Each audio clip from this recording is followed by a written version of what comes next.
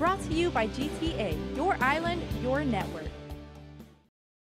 4 men, but one story that took unimaginable courage to share, accusing the head of the island's Catholic Church, Bishop Anthony Apuron, of abusing them when they were children and when he was a priest at Mount Carmel Church in Agate. I convey my deepest apologies to Mr. Roy Quitanitza, Mr. Walter Denton, Mr. Roland Paul Sandia, and the late Joseph Sonny Kinata for the tremendous damage inflicted upon each of you.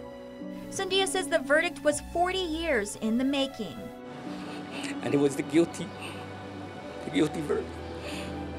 Something that we've been waiting for a long time. Apuron, however, has announced plans to appeal the Vatican verdict. If that should happen, everything would become status quo.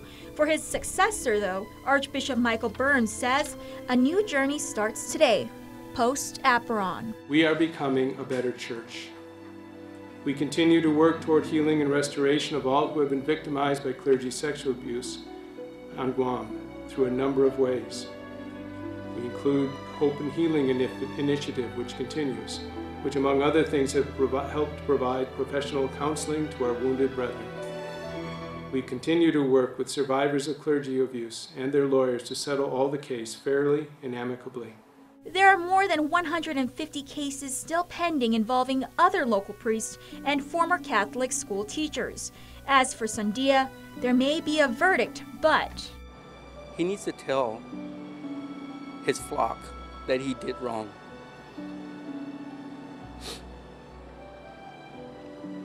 I want him to admit, I want him to tell us and apologize. But that might never happen. Apuron's attorney, Jackie Talahi. First of all, I want to reiterate that Archbishop Anthony was in fact acquitted, of the majority of the charges against him.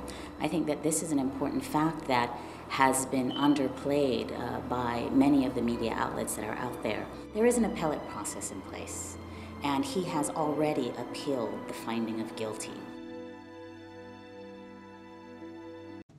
Brought to you by GTA, your island, your network.